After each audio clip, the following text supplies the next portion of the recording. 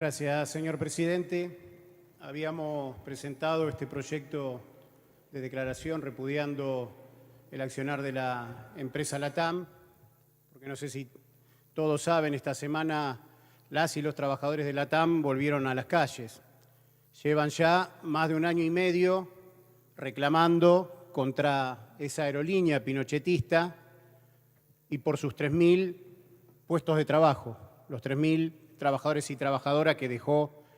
en la calle esta patronal, ¿no? Hay que decir también que es una patronal que no acató los decretos ni las normativas del Gobierno Nacional, que desconoció la resolución del Ministerio de Trabajo, pero lamentablemente ese accionar no tuvo ningún tipo de sanción por parte de los organismos estatales ni del Gobierno.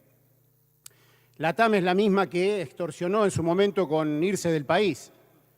buscando, obviamente, victimizarse, pero ahora está reclamando más beneficios con nuevas líneas aéreas.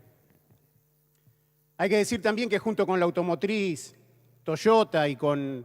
algunas grandes empresas, algunas nacionales, otras multinacionales alimenticias como Kraft, después de amasar enormes fortunas durante el año pasado, el 2020, ahora intentan también avanzar sobre los derechos de los trabajadores para condenarnos a condiciones más desfavorables. Obviamente que esto tiene consecuencias, ¿no? Y ha tenido consecuencias. Algunos que hablaban previamente los mencionaban. Miles de compañeras, de compañeros perdieron no solo su puesto de trabajo, sino que muchos también sus vidas, producto de la impunidad con la que se manejan los dueños del país. Hay que decir también, y ser muy claro con esto, que obviamente todo este accionar de estas patronales no sería posible, obviamente, sin la anuencia del gobierno, del Estado, cuando no ha sido directamente responsable, como en el caso de los trabajadores y las trabajadoras de salud, que están ahora en este momento peleando contra una paritaria que le intentan imponer, una paritaria una vez más a la baja que dejaría su salario por debajo de la inflación. Frente a estos ataques, hay que decirlo también, porque esa es la luz en el camino, surgió desde las bases la bronca y se expresó, como hemos podido ver también en muchas ocasiones, como ahí en la Panamericana, donde los trabajadores y las trabajadoras que fueron usados como de segunda mano, como mano de obra barata por Kraft, que trabajaban en McDonald's, también una gran multinacional, y en otros grandes hechos de movilización de trabajadoras y trabajadores. También hay que mencionar que a pesar del año sabático que se tomó la conducción de la CGT, la conducción de la CTA, en muchos gremios de todo el país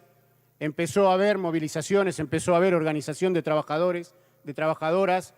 que salían a reclamar, que salían a pelear y a rechazar estos ataques, como fueron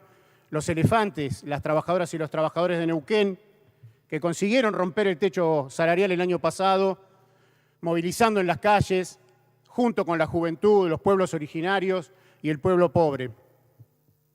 Los empresarios, por su parte, y la oposición derechista de Juntos por el Cambio, hay que decirlo también, no se conforman con el retroceso que ya impusieron a los trabajadores, obviamente contando con la complicidad de las burocracias sindicales, de las direcciones de las centrales y de los sindicatos. Ahora, inclusive, como se mencionó también, impulsan un cambio en el régimen de las indemnizaciones. Obviamente que esto es para facilitar aún más el despido de las trabajadoras y los trabajadores, pero es nada más que la punta de lanza para una contrarreforma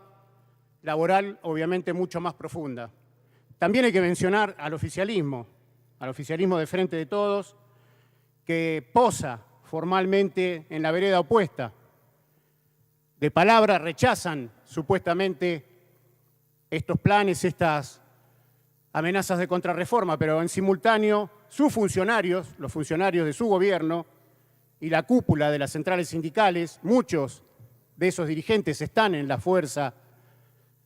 que gobierna el país, que gobierna la provincia, avalan en los hechos la pérdida de los derechos de los trabajadores, como se vio hace muy poquito tiempo cuando se reformó el convenio de los trabajadores y las trabajadoras de Toyota. Bueno, la tan mencionada renovación económica se ve que viene a costa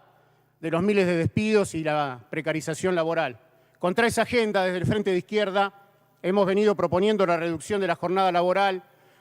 sin afectar el salario, para repartir las horas de trabajo entre todas y todos los trabajadores, ocupados, desocupados, porque los socialistas peleamos por una reorganización social real, integral, donde las fuerzas productivas hay que ponerlas en función de las necesidades sociales, donde la jornada de trabajo tienda a reducirse al mínimo necesario en función de los avances tecnológicos y de la ciencia, y donde desaparezca obviamente la desocupación y la precarización. Lejos de los que nos quieren estigmatizar cuando planteamos estas cosas, somos los únicos que planteamos una salida avanzada para el pueblo trabajador y al pueblo pobre. Si se aplicaran estas medidas que nosotros estamos planteando, en las 12.000 grandes empresas de la Argentina se reduciría el desempleo casi en la mitad. Se generarían 900.000 puestos de trabajo de esos 2 millones que señaló el INDEC. Ya termino, ya cierro, presidente. De esos 2 millones que señaló el INDEC como resultado de la desocupación en el segundo trimestre de este año. Como decíamos, por más que intenten callarnos, nuestras bancas seguirán estando al servicio de la lucha. Será una herramienta para la organización, para la movilización de las y los trabajadores, las mujeres, las disidencias y la juventud. Con el aumento, obviamente, de la injerencia del FMI en el horizonte, sabemos que tendremos que pelear mucho en esta legislatura, en todas las legislaturas y en el Congreso, pero sobre todas las cosas que tendremos que pelear mucho más en las calles, en forma independiente, las trabajadoras y los trabajadores, para rechazar este ataque en el que están todos de acuerdo. Muchas gracias, señor presidente.